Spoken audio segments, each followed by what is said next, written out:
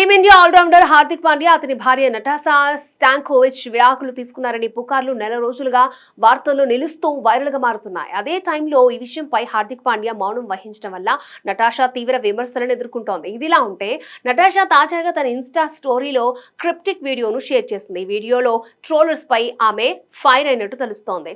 హార్దిక్ పాండ్యా భార్య Natasha Stankovic Instagram లో ఒక వీడియోను షేర్ చేస్తూ నెటిజన్స్ పై విరుచుకుపడింది. ఒక వ్యక్తిపై ఏదైనా రూమర్స్ వస్తే జనాలు వారిపై సానుభూతి చూపించకుండా త్వరగా తీర్పు చెప్పేస్తారు.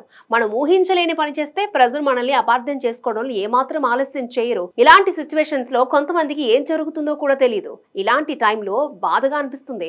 ప్రజలకు ఎలాంటి సానుభూతి ఉండదు. ఏది తప్పో ఏది ఒప్పో తెలుసుకోకుండా నేరుగా తీర్పు చెప్పేస్తారు అని హార్దిక్ పాండ్యా భార్య నటాషా ఘాటుగా రిప్లై ఇచ్చారు. హార్దిక్ పాండ్యా తన భార్య నటాషా స్టాంకోవిచ్ తో తెగతింపులు చేసుకున్నట్లుగా వార్తలు వచ్చాయి.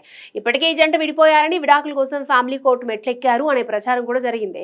అంతేకాదు విడాకుల అనంతరం పాండ్యా భరణం కింద భార్య నటాషాకు తన ఆస్తిలో 70% వాటా ఇవ్వనున్నట్లు ప్రచారం సాగింది. వరల్డ్ కప్ గెలిచిన తర్వాత పాండ్యా ప్రస్తుతం రెస్ట్ తీసుకుంటున్నాడు.